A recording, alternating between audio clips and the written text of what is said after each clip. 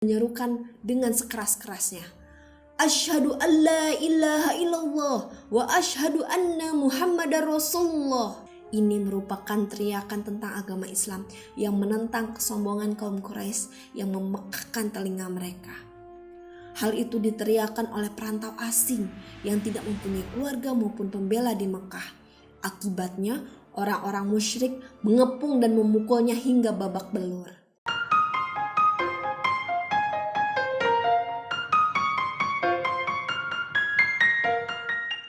Kita jumpa di podcast Curhatan Emak Hijabar. Abu Dzar Al-Ghifari bagian pertama, berjiwa radikal dan revolusioner. Inilah kisah hidup Abu Dzar Al-Ghifari. Ia datang ke Mekah terhuyung-huyung letih, tetapi matanya bersinar bahagia. Panasnya udara padang pasir telah menyengat badannya. Lelah dan letih yang dirasakan terasa ringan karena ada tujuan yang ingin dicapainya. Ia datang ke kota Mekah dengan cara menyamar, seolah-olah ia akan melakukan tawaf keliling berhala besar di Ka'bah, atau menyamar seolah-olah musafir yang tersesat dalam perjalanan, atau seseorang yang telah menempuh jarak jauh dan memerlukan istirahat. Seandainya orang-orang Mekah mengetahui bahwa kedatangannya untuk menemui Muhammad SAW, ia pasti akan dibunuh. Tetapi Abu Dzar tidak peduli dibunuh, ia hanya ingin berjumpa dengan lelaki yang dicarinya dan menyatakan keimanan padanya. Karena kebenaran dan dakwahnya Muhammad SAW dapat memuaskan hatinya. Ia pun terus melangkah sambil memasang telinga dengan baik. Setiap ada orang yang mengatakan Muhammad SAW, ia langsung mendekat dan menyimak dengan hati-hati. Dari cerita yang tersebar, ia memperoleh petunjuk tentang tempat persembunyian Muhammad SAW. Pagi harinya, ia pergi ke tempat tersebut. Ia dapati Muhammad SAW sedang duduk sendiri. Ia mendekati Rasulullah dan berkata, "Selamat pagi, wahai kawan sebangsa," kata Abu Dzar. "Alaikassalam, wahai sahabat," jawab Rasulullah. "Bacakanlah kepadaku hasil gubahan Anda," kata Abu Dzar pula.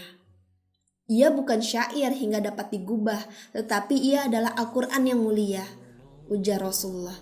"Bacakanlah kalau begitu."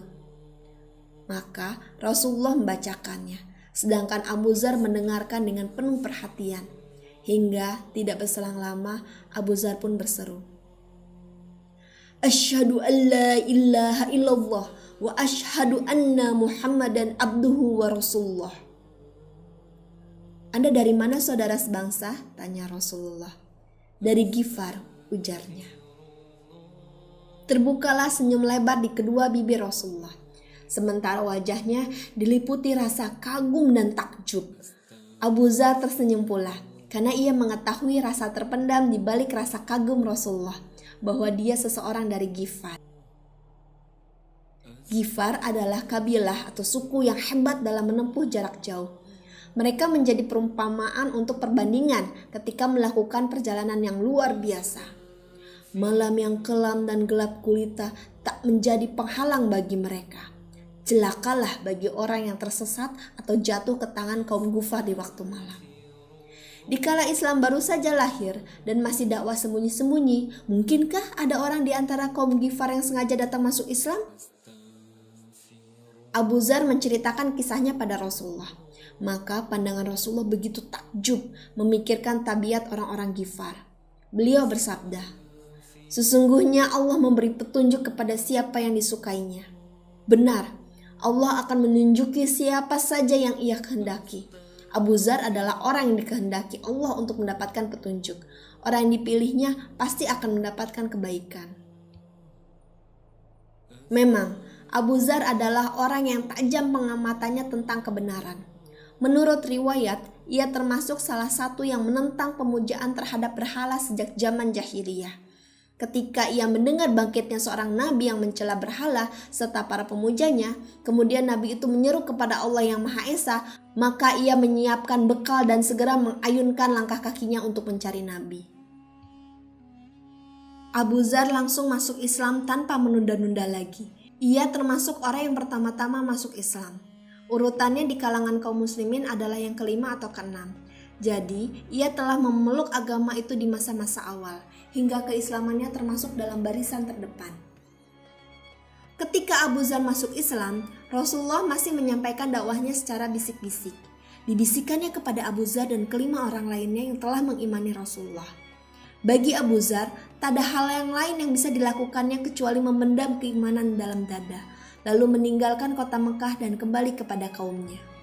Akan tetapi, lelaki yang bernama Jundub bin Junadah ini termasuk seorang radikal dan revolusioner. Telah menjadi watak dan tabiatnya menentang kebatilan dimanapun ia berada. Dan kini kebatilan itu nampak di hadapannya, berhala-berhala yang disembah oleh para pemujanya.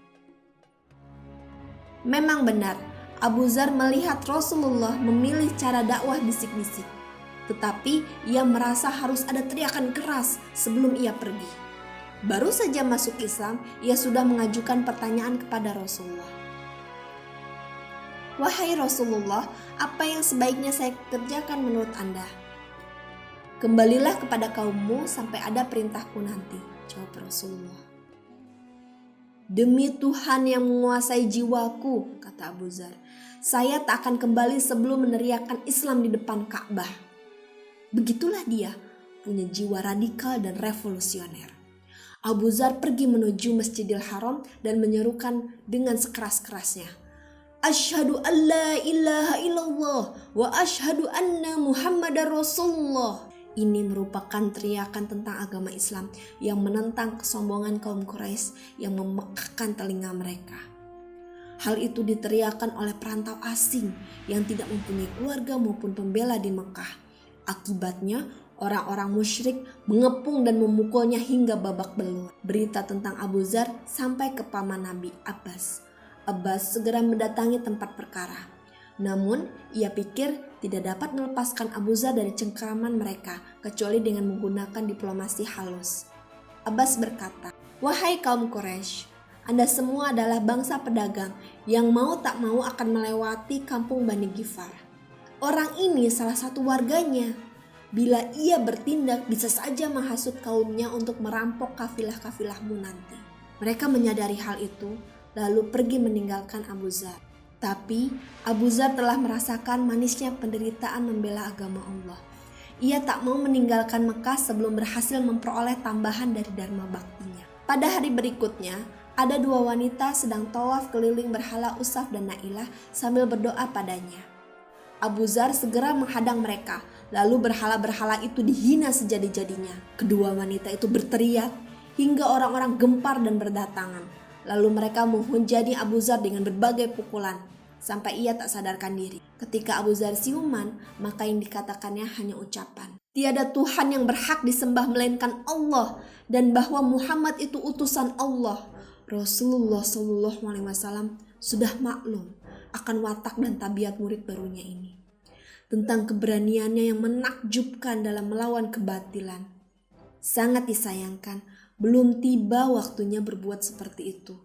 Maka Rasulullah mengulangi perintahnya agar ia pulang. Sampai tiba waktunya nanti, Islam akan didakwahkan secara terang-terangan. Ia dapat kembali untuk ikut ambil bagian dalam percaturan berbagai peristiwa. Abu Dzar pulang menemui keluarga serta kaumnya. Kemudian ia menceritakan kepada mereka tentang Nabi. Nabi yang diutus Allah agar kita menyembah kepada Allah yang Maha Esa dan membimbing kita agar berakhlak mulia. Satu demi satu dari kaumnya masuk Islam. Usaha Abu Dzar tidak hanya untuk kaumnya, tetapi ia lanjutkan kepada suku lain, yaitu suku Aslam. Hari berganti hari. Rasulullah telah hijrah ke Madinah dan menetap bersama kaum muslimin. Pada suatu hari, ada satu barisan panjang yang terdiri dari para pengendara dan pejalan kaki menuju pinggiran kota Madinah. Kalaulah tidak ada suara takbir yang bergemuruh, tentu mereka sudah disangka pasukan tentara musyrik yang mau menyerang kota. Rombongan besar itu sudah semakin dekat. Lalu mereka masuk ke dalam kota dan melangkahkan kaki ke masjid Rasulullah dan rumahnya. Ternyata rombongan itu adalah kabilah Ghifar dan Aslam yang dikerahkan semuanya oleh Abu Dzar Al-Ghifari. Semuanya telah masuk Islam dari laki-laki, wanita, orang tua, remaja, dan anak-anak. Rasulullah semakin takjub dan kagum. Sebelumnya, Rasul takjub dengan kedatangan laki-laki dari Ghifar yang menyatakan keislamannya dengan sabdanya, "Sungguh Allah memberi hidayah kepada siapa yang dikehendakinya." Maka sekarang yang datang adalah seluruh warga Ghifar yang menyatakan keislaman mereka. Telah lewat beberapa tahun lamanya mereka berislam. Mereka diberi hidayah Allah melalui tangan Abu Dzar. Ikut pula bersama mereka suku Aslam. Dahulu, suku Aslam adalah raksasa garong dan komplotan setan. Kini mereka beralih rupa menjadi raksasa kebajikan dan pendukung kebenaran. Nah, bukankah sesungguhnya Allah memberi petunjuk kepada siapa saja yang dikehendakinya? Rasulullah memandang mereka dengan wajah berseri-seri, diliputi haru dan cinta kasih. Beliau menoleh ke suku Ghifar dan bersabda, "Suku Ghifar telah dighafar, diampuni oleh Allah." Lalu beliau menghadap ke suku Aslam dan bersabda, "Suku Aslam telah disalam, diterima dengan damai oleh Allah. Abu Dzar, dialah mubalik ulung yang berjiwa bebas dan bercita-cita mulia." Rasulullah menyampaikan ucapan istimewa kepada Abu Dzar dengan sabdanya, "Tak pernah lagi dijumpai di bawah langit ini orang yang lebih benar ucapannya dari Abu Dzar." Kebenaran yang disertai dengan keberanian, itulah prinsip hidupnya Abu Dzar. Benar batinnya, benar pula lahirnya. Benar akidahnya, benar pula ucapannya. Ia menjalani hidup secara benar, tidak akan melakukan kekeliruan. Kebenarannya Abu Dzar bukanlah dengan cara bisu, karena bagi Abu Dzar, kebenaran yang bisu bukanlah kebenaran. Menurut Abu Dzar, yang dikatakan benar ialah menyatakan yang hak dan menentang yang batil. Kecintaan pada yang hak dengan mengemukakan secara berani dan melaksanakan secara terpuji.